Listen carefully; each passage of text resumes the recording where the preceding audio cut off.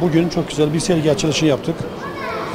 Serginin amacı hepimizin malumu. Filistinli kardeşlerimizin acılarına, dertlerine, problemlerine ortak olmak amacıyla bir sergi açılışı yaptık.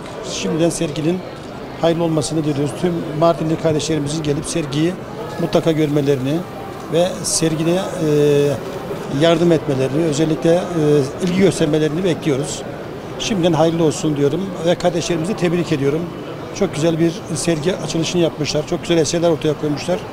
Şimdiden hayırlı olmasını diliyorum ve buradan da Filistinli kardeşlerimizin yanında olduğumuzu ve onları yalnız bırakmayacağımızı özellikle ifade etmek istiyorum. Hepinize teşekkür ediyorum.